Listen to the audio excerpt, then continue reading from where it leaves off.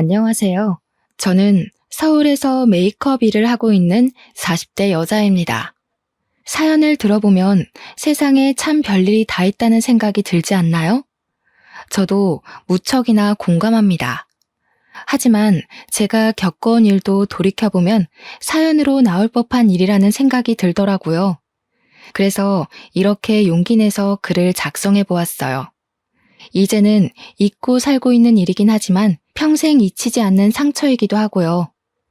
혹시 저와 비슷한 상황에 처하신 분이 계시다면 절대 좌절하지 말고 제 이야기를 통해 위로를 받아가시면 좋겠어요.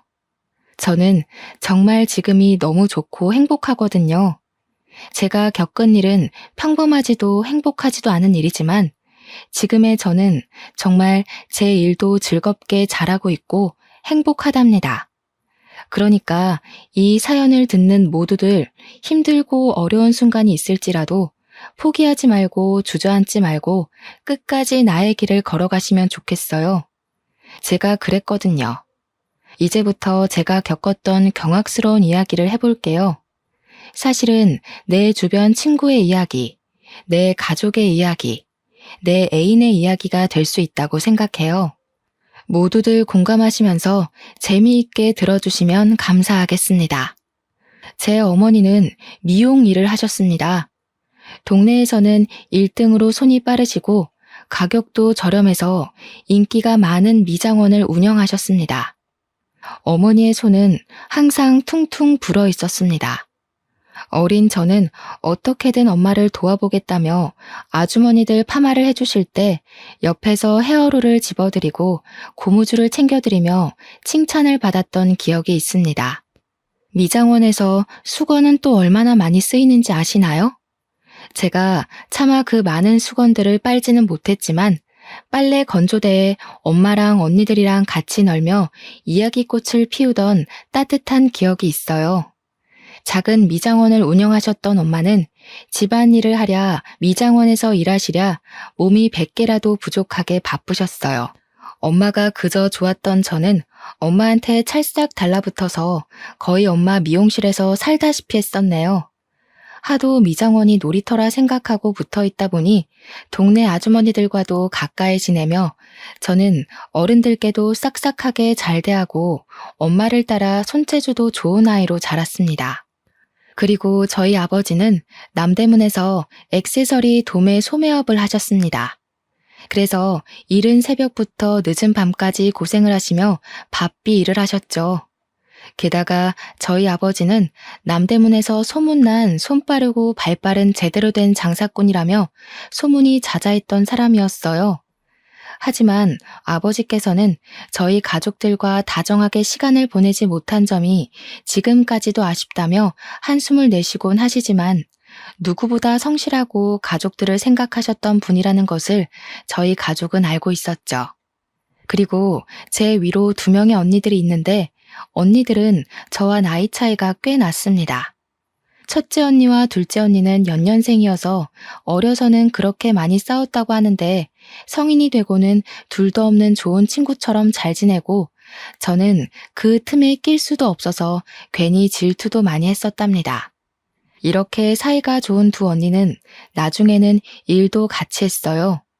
각자 사회생활을 하면서 갖은 고생을 하다가 결국 안 되겠다 싶었는지 회사를 금방 때려치우고 같이 창업을 시작했습니다. 결혼 사업이라고 하죠. 옛날에는 소위 중매라고 했는데 요즘에는 결혼 매칭 플랫폼이라고 하는 결혼해줘 같은 업체의 시초라고 할 수 있는 일을 시작하게 되었습니다. 아무래도 어머니께서 미장원을 하시다 보니 동네 아주머니들끼리 서로 중매를 서주시고 실제로 결혼이 성사되는 모습을 자연스럽게 보고 자라서 그랬는지 언니 둘은 그렇게 사업을 시작했습니다. 저는 어려서부터 손재주가 좋은 편이었습니다. 그래서 나름 공부는 성실히 했었지만 제 손재주가 아깝다는 생각이 들어서 대학교 전공은 메이크업으로 정해서 일찌감치 메이크업 일로 돈을 벌었습니다. 대학 생활을 하면서 메이크업 일을 동시에 하다 보니 또래 친구들보다 사회 경험이 빠른 편이었습니다. 저는 그렇게 다양한 사람들을 많이 만나며 보고 배우며 성장해 갔습니다. 여느 날과 같이 저는 메이크업 일을 하고 있었습니다. 그날따라 저는 메이크업 출장을 결혼식장으로 가게 되었는데요. 그곳에서 운명의 상대를 만나게 되었네요. 다른 남녀의 운명 같은 날에 저의 운명도 이렇게 단정 지어질 거라고는 꿈에도 상상을 못했지만 말이에요. 저는 신부의 메이크업을 도와드리고 있었습니다. 결혼식 당일 새벽, 저는 하나하나 신중하게 오늘 누구보다 아름다운 신부일 수 있게 섬세하고 꼼꼼히 메이크업을 해드리곤 하죠. 그런데 사실 신부가 메이크업하는 자리에는 웬만하면 친정어머니나 남편 정도만 자리를 함께하는 경우가 많아요. 친정 언니들이라든지 가까운 친구가 찾아오기도 하고 같이 이야기를 하며 긴장을 달래주려는 경우도 있긴 하지만 말이에요. 그날의 경우 친정 오빠라는 분이 찾아오셨어요. 동생을 유달리 특별하게 생각했던 것 같아요. 여동생이 웨딩 메이크업을 하기도 전에 찾아오는 경우는 저도 일을 하면서 처음 보는 경우라 신기하긴 했어요. 너무 예쁘네, 우리 동생. 어쩜 공주님 같아. 최고다. 내가 봤던 모든 신부 중에 제일 예쁜 것 같아. 그래서였을까요? 괜히 눈길이 더 갔습니다. 저렇게 다정한 오빠도 있구나. 신기했습니다. 그분도 저에게 관심이 있었던 것 같아요. 여동생보다 더 앳되어 보이는 여자애가 웨딩 메이크업 담당 아티스트라며 열심히 화장을 하는 모습이 흥미를 끌었다고 해요. 원래는 메이크업 받는 본인이나 신부들과 주로 대화를 하며 메이크업을 완성하게 되는데 당시 웨딩 메이크업을 했을 때에는 신부님 오빠분이랑 더 신나게 이야기를 했어요. 여동생이신가 봐요. 정말 예쁘셔서 화장을 진하게 하지 않아도 신부 화장이 참 예쁘게 되네요. 그렇죠? 제 동생이에요. 메이크업 해주신 분도 예쁘신걸요? 민낯이신 것 같은데 아주 빛이 나시네요. 그것이 오빠와 첫 만남이었습니다. 결혼식은 예쁘게 잘 올라가게 되었어요. 결혼식 전후로 계속 수정 화장을 도와줘야 해서 제가 신부 측에 계속 붙어서 도와드렸었죠. 때마다 오빠분도 어디선가 나타나서 옆에서 제 관심을 끌기 위해 노력을 했던 것 같아요. 우와, 메이크업을 이렇게까지 꼼꼼히 해주시는 건 또 처음 봤네요. 저도 나중에 결혼하게 되면 메이크업 부탁드려야겠어요. 이렇게 섬세하게 봐주시는 거라면 저는 적극 찬성이에요. 식이 끝나고 그날도 당연하게 저는 혼자서 뷔페를 먹고 있었어요. 그런데 누군가 제 어깨를 툭툭 치더라고요. 누군가 싶어서 오물거리며 뒤를 돌아보니 신부 측 오빠분이 서 계셨어요. 아니, 그래도 그렇지. 어떻게 결혼식 뷔페를 혼자만 먹어요? 같이 먹어요. 같이 먹어야 더 맛이 있지 않겠어요? 아, 그렇긴 하겠지만 저야 뭐 워낙 혼자 먹는 뷔페가 익숙해서요. 웨딩 메이크업이 처음도 아니기도 하고요. 그러려니 하고 그냥 식사하고 있었어요. 금방 먹고 일어나서 그 다음 출장 다녀와야 하거든요. 어이구, 그렇구나. 어린 나이에 벌써 그렇게 부지런하게 일을 하는 것 보니 금방 부자 되겠어요. 멋지네요. 저와 오빠는 신나게 이야기를 했습니다. 저도 메이크업만 할 줄 알지 바쁘게 일상을 살아가다 보니 친구가 많은 것도 아니었고 연애 경험이 많지도 않았었어요. 그래서 누군가 저에게 관심을 가지고 이야기를 할 수 있다는 게 참 좋았죠. 오래 두고 볼 일이지만 저랑 꽤 잘 맞는다는 생각이 들었습니다. 하지만 즐거웠던 대화를 통해 들었던 이야기 내용들이 모두 즐겁기만 한 것은 아니었습니다. 우선은 저보다 나이가 꽤 많았는지 제 나이를 알고는 본인의 나이를 밝히지 않더군요. 저는 대학생의 메이크업 전공을 하고 메이크업 쪽으로 아르바이트를 하며 경력을 쌓아간다는 이야기를 했어요. 제 이야기를 다 듣고 자신에 대해 소개하겠다며 본인의 커리어에 대해 들려주더군요. 저는 남대문에서 작은 사업을 하고 있어요. 다양한 액세서리부터 의류까지 다양한 종류의 물건을 소매로도 판매하고 해외로도 유통하고 있는 무역업까지 하고 있어요. 어머, 남대문 쪽에서 일하고 계셨군요. 저희 아버지도 남대문에서 일하시는데 뭔가 괜히 더 반갑네요. 일하기 바쁘고 힘드실 텐데 젊으신 나이에 대단하시네요. 제가 오빠에 대해 살짝 칭찬을 하니 그 칭찬이 너무 좋았나 봐요. 저에게 사업 이야기를 계속 늘어놓으며 자랑을 하더라고요. 이야기는 꼬리에 꼬리를 물고 계속되었어요. 시간이 가는 줄 모르게 대화를 하다 보니 저는 그 다음 일을 하러 가야 하는 시간이 다가왔습니다. 나중에라도 밥이나 함께 하면 좋겠다며 연락처가 있는 명함을 주더라고요. 혼자 밥 먹지 말고 밥 먹을 때 나 불러줘요. 사실 나도 혼자 밥 잘 먹거든요. 근데 혼자 먹기 싫을 때 있기도 하잖아요. 저만 그런 거 아니죠? 연락 주세요. 오늘 대화 너무 즐거웠네요. 오래간만에 말이 제대로 통하는 사람을 만난 것 같아서 기분도 좋고 밥도 맛있네요. 같이 먹으니까 더. 일 조심히 가요. 꼭 연락 주기예요. 사실 저는 오빠의 나이가 꽤 있는 것 같아서 남녀 관계로는 크게 생각을 하지 않았어요. 그냥 우연하게 하루 즐겁게 대화하며 밥을 먹은 것으로 좋겠기 때문이에요. 하지만 오빠는 가는 길 끝까지 연락 달라며 적극적으로 대시하는 것이었어요. 마음이 설레면서도 괜히 걱정이 앞섰어요. 저는 아직 아르바이트로 전전하는 대학생 신분밖에 되지 않았기 때문이에요. 그렇게 오빠와는 다음 만남을 기약하며 자리를 뜨게 되었어요. 저는 연락처를 받고는 고민이 끝이 없었어요. 이렇게 만나보는 게 맞나? 아니, 연락을 해서 정말 밥만 먹어도 되나? 결국 저는 아르바이트 후에 혼자 밥을 먹다가 받았던 명함을 꺼내 들고 연락을 했습니다. 저 지금 혼자 밥 먹고 있는데 같이 식사하시겠어요? 저는 사실 속으로 나이라도 제대로 알고 헤어지더라도 헤어져야겠다는 생각으로 그 오빠에게 연락을 했던 거예요. 민영 씨? 왜 이제야 연락했어요? 기다리고 있었는데. 저는 아직 점심 식사 전이에요. 어디에요? 당장 갈게요. 그렇게 저희는 만남을 갖고 점심 식사도 함께, 저녁 식사도 함께 하며 시간을 보냈네요. 오빠는 나이가 생각보다 많았어요. 저와 띠동갑 15살 차이가 났던 거예요.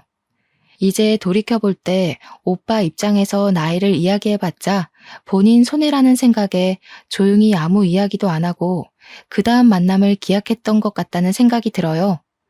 저는 20대 초반, 오빠는 30대 중반의 나이였으니 딱 봐도 제가 얼마나 어리고 앳되어 보였겠어요. 대화를 할수록 나이 차이가 세대 차이처럼 느껴지는 구석이 있었습니다. 공감하고 좋아하는 가수나 TV 프로그램이 달랐지만 생각의 차이는 적었어요. 나름 취향도 비슷했죠. 좋아하는 음식도 비슷했고요. 제가 여느 20대 여자애들과 다르게 국밥을 그렇게 좋아했거든요. 그래서 오빠와는 만날 때마다 국밥을 꼭 한 끼니는 먹으면서 친해지고 대화도 자연스럽게 할 수 있었어요.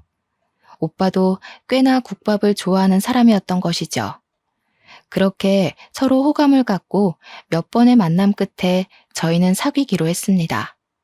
저에게는 첫 연애였네요. 제가 뭣도 몰랐죠.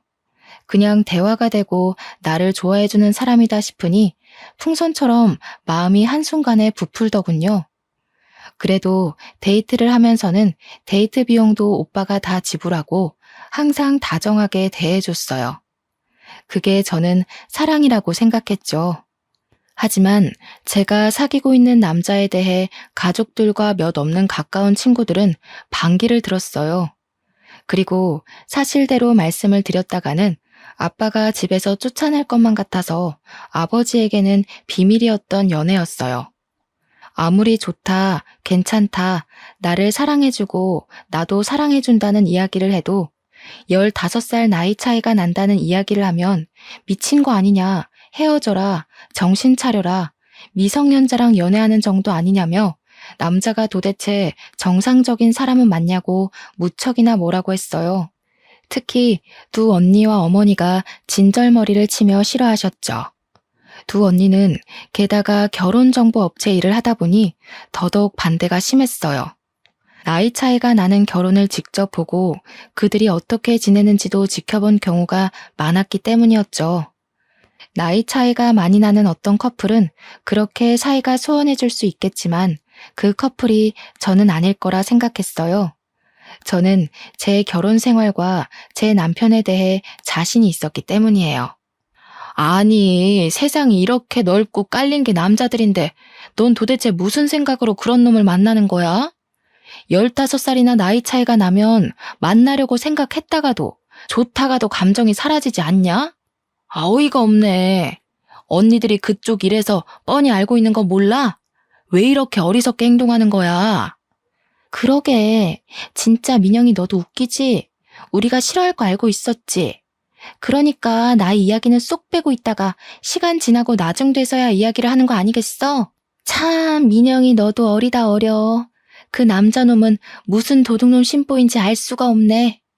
저는 당시에 한창의 나이였지만 남자 쪽에서는 30대 중후반, 40대를 바라보는 나이인지라 집안에서 결혼에 대한 압박이 꽤 있었나 봐요.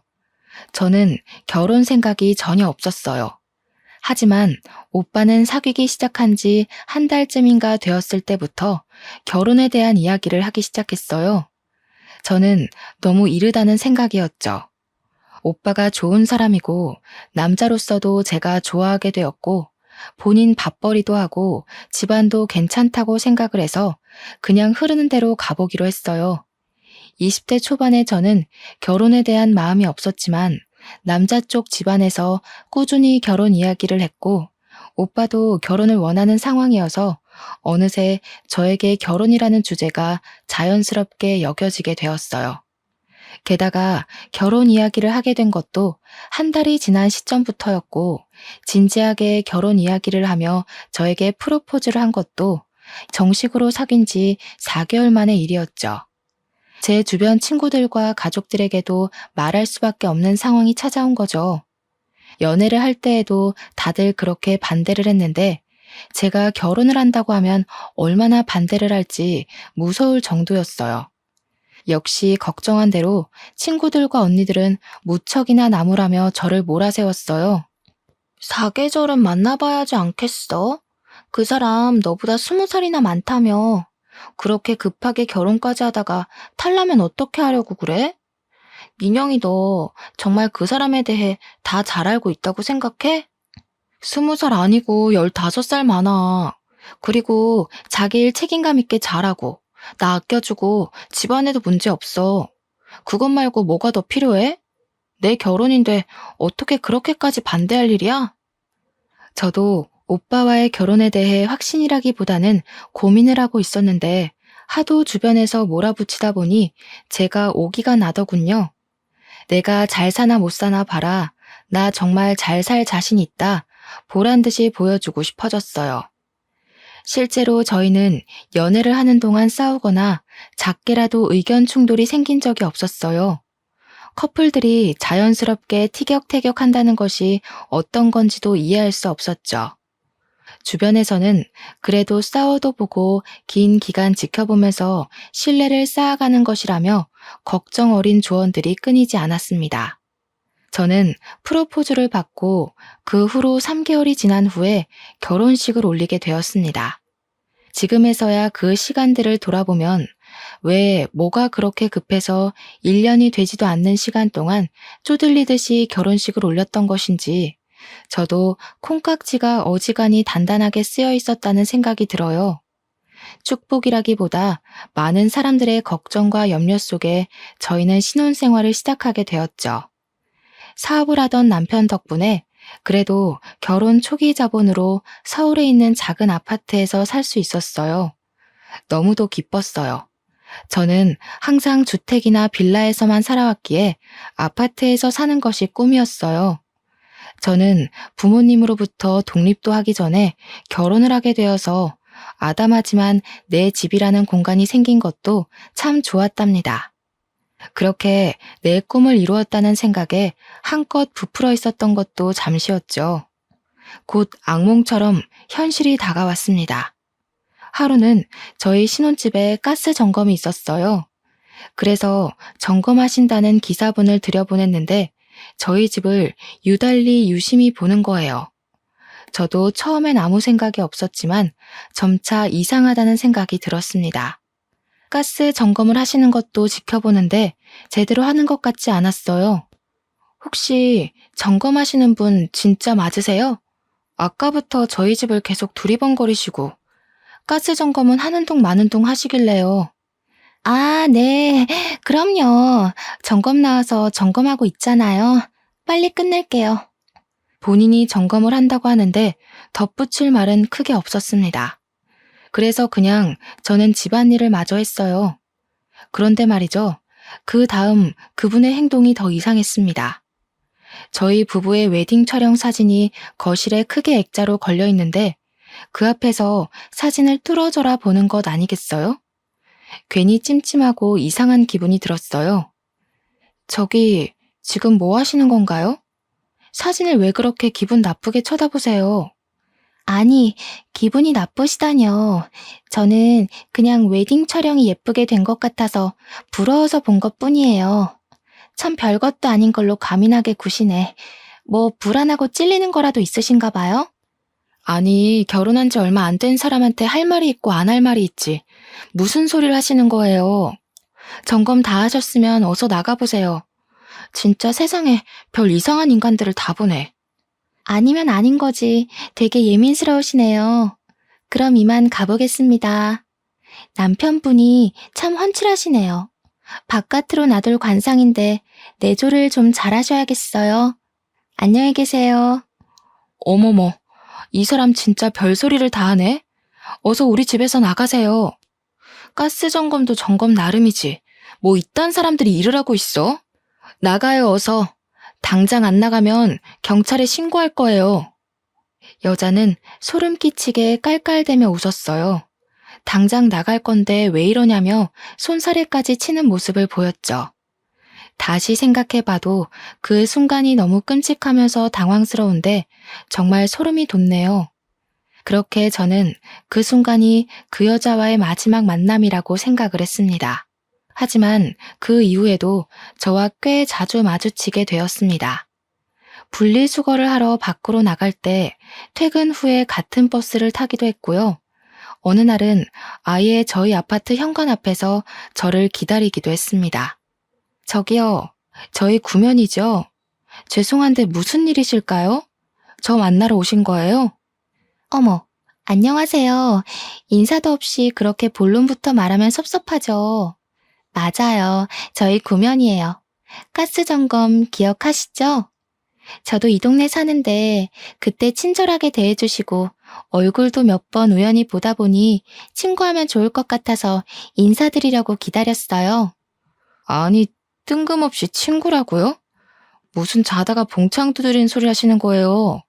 목적이 뭐예요? 꼭 목적을 가지고만 사람을 만나나요? 너무 딱딱하시다.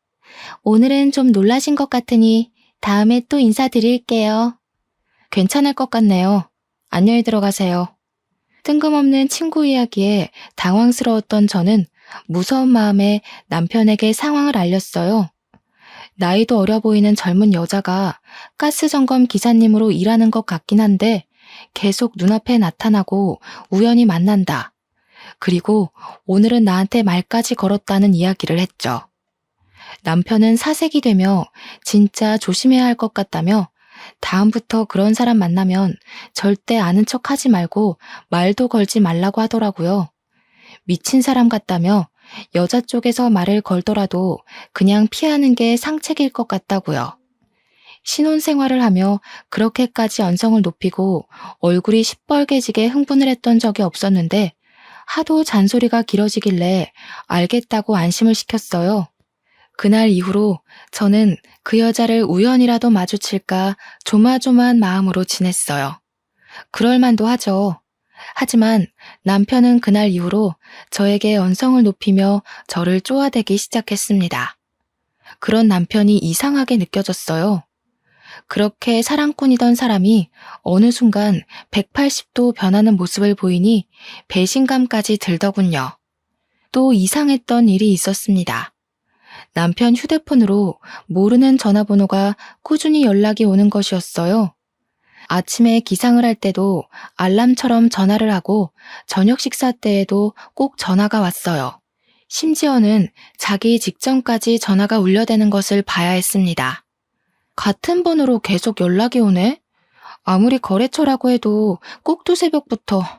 그리고 자기 전에 연락하는 건 너무 예의가 아니지 않아? 한마디 하면 안 돼? 너무 짜증나서 왜 전화는 안 받는 거냐고 물어봤어요. 남편은 거래처 사람 연락인데 컴플레인이 과하다며 둘러대더군요. 남편의 사업 문제만 아니어도 그냥 차단을 해버리는 건데 차단을 할 수도 없는 상황이라 그냥 특이한 거래처 사람이겠거니 넘어가려 했습니다. 하지만 그 후로 남편은 계속 이상했습니다. 제가 느꼈던 가장 큰 변화는 핸드폰 비밀번호를 바꾼 것이었어요. 남편의 비밀번호는 헷갈리고 귀찮다며 0000 이렇게 4자리를 썼습니다. 그리고 휴대폰에 크게 비밀이랄 것도 없었어요. 하지만 어느 날부터인가 다른 비밀번호를 쓰고 있더라고요. 여보, 비밀번호 바꿨던데? 왜 바꿨어? 귀찮다면서. 아, 그냥 도난이라도 당했다가 괜히 일나면 복잡해지잖아. 이런 핑계를 다 대더라고요. 의아했지만 그냥 애써 넘어가려 했습니다. 저는 메이크업 일을 꾸준히 했기 때문에 개인 스케줄이 들쭉날쭉했습니다. 그날도 출장 메이크업이 있는 날이었어요. 제가 나갈 채비를 다 하고 집 밖으로 나갔다가 지갑을 두고 와서 다시 집에 들어갔었는데 남편이 누군가와 통화를 하고 있더라고요. 그래서 조용히 엿들었어요. 나갔어. 진짜 나갔다니까. 그래. 알겠어용. 곧 보자. 나도 보고 싶어용. 나갔다는 건 아무래도 제 얘기겠죠. 그건 아무렇지도 않았습니다. 하지만 콧소리를 흥흥거리며 애교 섞인 이야기를 하며 누군가에게 보고 싶다고 속삭이는 남편의 모습은 저도 난생 처음 봐서 까무러칠 뻔했습니다. 아무래도 남편한테 비밀이 있다는 안 좋은 예감이 들었어요. 지금 아는 척을 해야 하나, 나중에 크게 제대로 잡아야 하나, 순간 고민이 들더군요. 하지만 이내 아니겠지, 제 마음 편하자고 넘어가려 했었네요. 그렇게 저는 일을 하러 나왔습니다. 조용히 남편에게 들키지 않고요. 하지만 제가 죄를 지은 것도 아니고 잘못한 것도 하나 없는데 집에서 들어가고 나가는 것도 눈치 봐야 하고 남편의 덜미를 어떻게 잡아야 하는지 고민을 하는 상황도 너무 열이 뻗치더라고요. 하루 종일 머릿속을 떠나지 않았어요. 남편이 다른 여자와 뒹구는 모습까지 상상이 되니까요. 끔찍했어요. 차라리 현실을 마주하고 끝내려면 빨리 끝내버리는 것이 낫겠다는 생각이 들었어요. 제 생각이 확고해진 계기가 있었습니다. 여태 한 번도 없었던 해외 출장을 간다는 것이었어요. 신혼 1년도 지나지 않았는데 어떻게 이럴 수 있는 거지? 정말 눈물이 핑 돌더군요. 아무리 좋게 생각해보려 해도 쎄하다 싶고 이상하다는 생각이 계속 끊이질 않았어요. 그렇게 언니들한테 조언을 구했습니다. 언니는 난리를 치면서 남편 머리채를 뜯어놓고 말겠다며 무지하게 화를 냈어요. 언니들은 같이 사업을 하며 불륜에 관한 이야기를 많이 듣다 보니 이골이 난 상태였더라고요. 덕분에 제대로 조언을 들을 수 있었습니다. 우선은 증거가 될 만한 자료들을 모아야 한다고요. 그냥 화가 난다고 화를 내지르는 게 답은 아니라고 하더군요. 그래서 증거 수집을 위해 저와 언니는 고민 끝에 사설 탐정분을 고용하기로 했습니다. 증거 수집을 제대로 해야 하기 때문에 너무 놀라거나 당황스럽다고 피하시면 안 됩니다. 저는 사진을 계속 찍을 거예요. 마음 단단히 잘 먹으시고요. 바람난 남자들 앞뒤 안 가리거든요. 많이 봤습니다. 너무 상처받지 말고요. 고용한 사설 탐정을 따라 남편의 뒤를 따라가 보았습니다. 남편의 치밀함에 기가 차더군요. 우선 차량부터가 남편 소유의 차가 아니라 렌터카로 빌려 타더라고요. 이때부터 마음은 이미 울컥울컥했습니다. 렌터카를 대여해서 서울 외곽으로 빠지더군요. 입이 다물어지지 않았어요. 분명 저에게는 중요한 해외 출장이라고 했거든요. 그렇게 서울 외곽을 달려 도착한 곳은 한 허름한 호텔이었습니다. 들어가지 말라고 속으로 그렇게 빌었는데 남편은 기어코 호텔 방으로 들어가더군요. 탐정부는 우선 남편이 호텔로 들어가는 사진부터 렌터카까지 사진을 찍었습니다. 저는 이게 현실인지 꿈인지 어벙했어요. 같이 동행한 언니가 정신 똑바로 차리라며 제 남편 욕을 쏟아붓고 제 손을 잡고 호텔 방으로 향했습니다. 사실 상상만으로도 끔찍한 일인데 직접 제 눈으로 보면 정말 쓰러질 것만 같았어요. 그래서 한참을 망설이고 문 앞에서 기다리다 제가 선택한 남자의 실체를 제대로 마주하고 깔끔하게 끝내자는 다짐을 하며 방문을 두드렸죠. 누구세요? 남편은 꼴보기 싫은 차림에다가 황당한 얼굴로 저를 쳐다보았습니다. 그리고 남편의 내연녀라는 인간을 봤어요. 낯설지 않은 얼굴, 기억 저편에 있던 사람이었습니다. 아니, 여보, 저 여자 나한테 무시하라고 했던 여자잖아. 그게 아니라 할 말이 없다. 미안해. 내연녀는 저희 집에 가스 점검이라며 들어와서 구경을 하고 웨딩 사진을 그렇게 유심히 보던 여자. 길에서 버스에서 우연이라기에 너무 자주 마주쳤던 여자. 나와 친구를 하고 싶다며 먼저 이야기를 걸었던 그 여자였습니다. 기가 차고 어이가 없더라고요. 다리에 힘이 풀려 주저앉았습니다.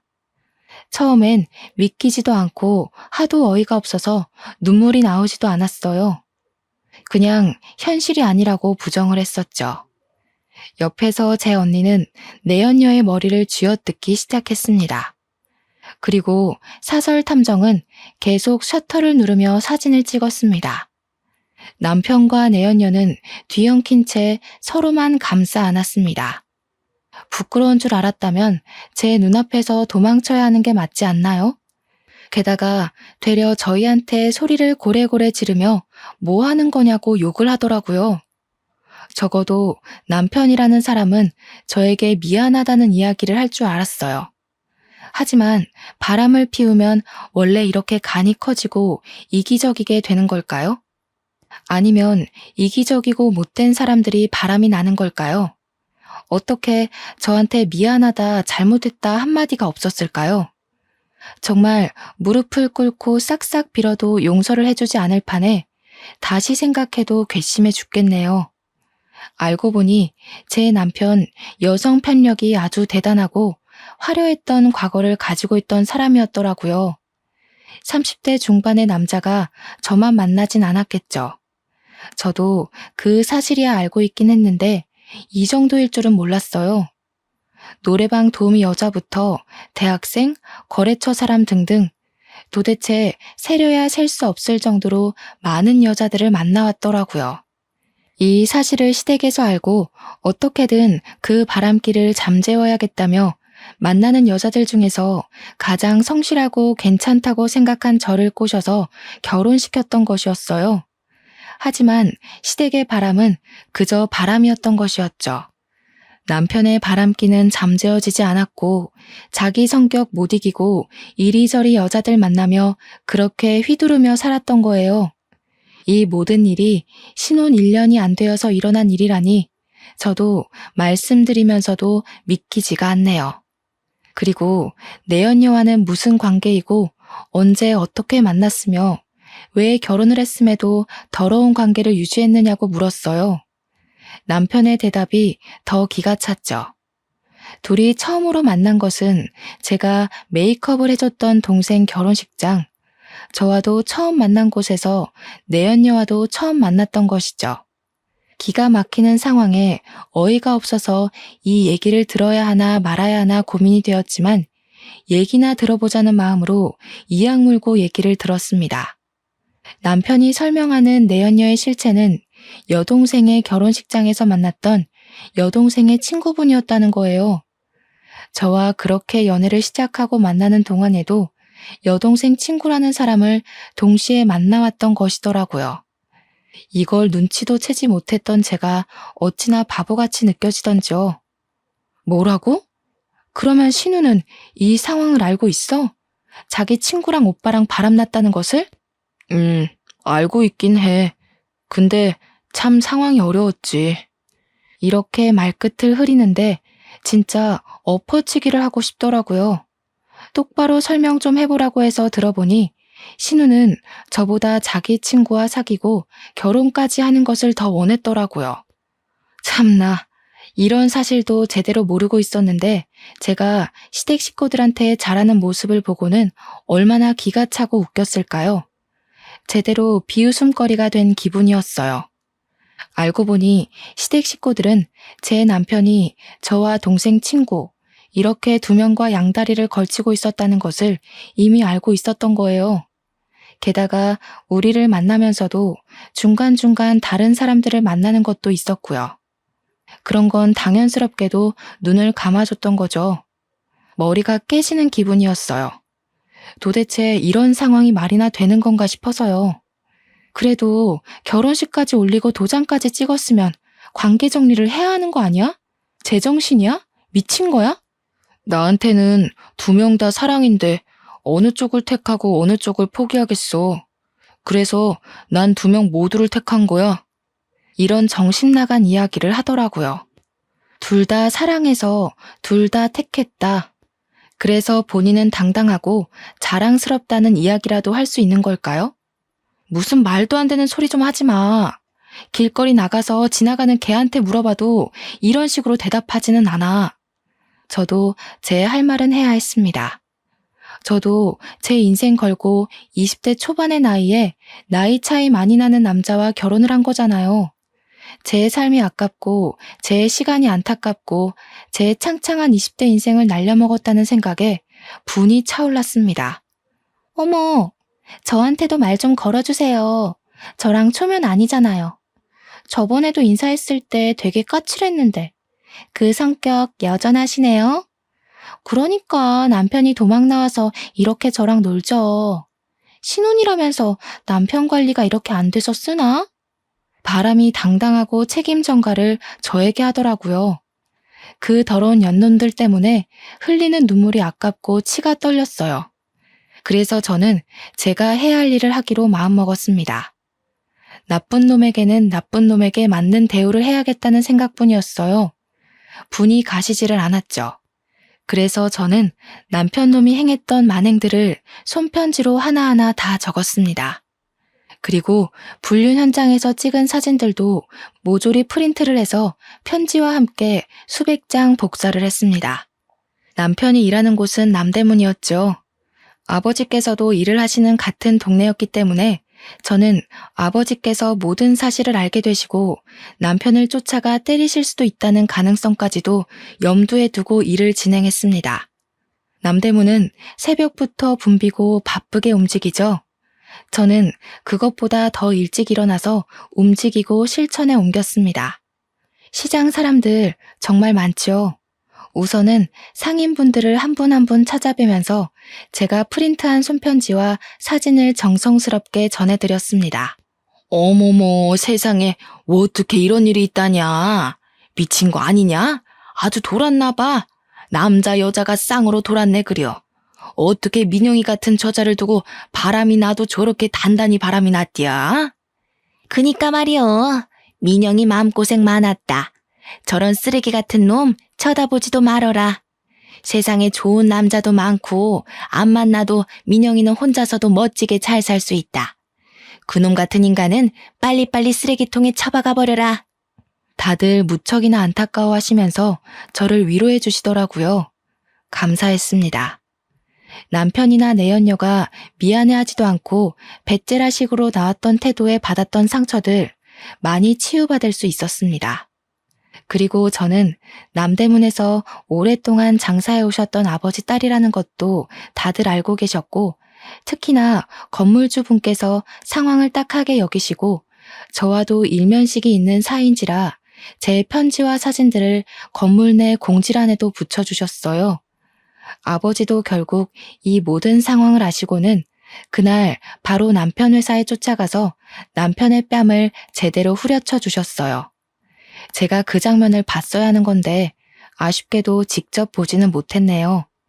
제 조력자인 두 언니를 통해 아빠가 그렇게 멋지게 뺨을 날리는 것을 처음 봤다며 자랑스럽게 전해주는 이야기를 통해 알게 되었어요. 그렇게 남편은 제대로 망신살이 뻗치게 되었습니다. 결국 운영하던 회사 사람들도 제 편지와 사진들로 모든 상황들을 알게 되었죠. 그리고 남편의 회사에서는 급하게 주주총회를 열었고 그 자리에는 남편이 초대받지 못했습니다. 그 자리는 회사 대표를 교체하는 자리였었죠.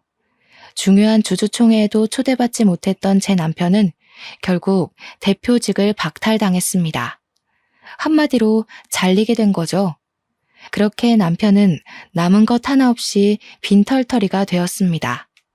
이후 어떻게 지내나 괜히 궁금해서 수소문해보니 주주총회에서 잘리고 대표직 잃고 돈도 잃은 채로 궁하게 살았다고 하더라고요. 그 길로 저는 남편과 결혼한 지 1년도 채 되지 않은 시기에 이혼 서류에 도장을 찍었어요. 현재는 제 일을 맘껏 실컷 자유롭게 하며 메이크업 아티스트로 성공해서 강남에 숍도 차리게 되었습니다. 정말 더 열심히 살기 위해 이를 갈았어요. 누구보다 멋지게 저를 놓친 것이 인생의 실수라는 것을 보여주고 싶었고, 그것이 제가 할 수 있는 가장 뜨거운 복수라고 생각했습니다. 짧은 결혼 생활이었습니다. 사실 누구라도 저보다야 결혼 생활은 오래 하시는 경우가 많으실 거라 생각해요. 하지만 저는 후회 없습니다. 결혼 생활 동안 정말 누구보다도 남편을 아끼고 사랑했고 제 일에도 열정적이었으며 집안일도 부족함 없이 했거든요. 그리고 마무리까지도 제 속이 다 시원할 정도로 더 이상 시원할 수 없겠다 싶을 만큼 후회 없이 남편의 실체에 대해 폭로를 했죠. 어떤 분들은 분명 너무 과한 게 아니냐고 하실 수 있겠지만 아니요, 저는 최선이었고 다시 그 순간으로 돌아간다 해도 같은 선택을 하고 전 남편에게 제대로 창피를 줬을 것 같아요.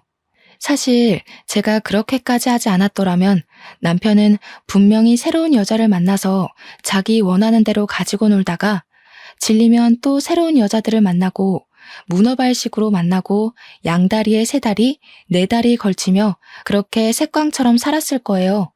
그리고 어떤 분들은 바람에 대해 눈 감고 넘어가는 경우도 있을 거라 생각해요. 저도 존중하고 이해합니다. 사실 저에게 아이가 있었다면 이렇게까지 악랄하고 제대로 복수를 하지는 못했을 것 같아요. 제 남편이긴 하지만 아이의 아빠란 역할도 무시할 수는 없기 때문이죠. 제 이야기 끝까지 경청해 주셔서 감사합니다.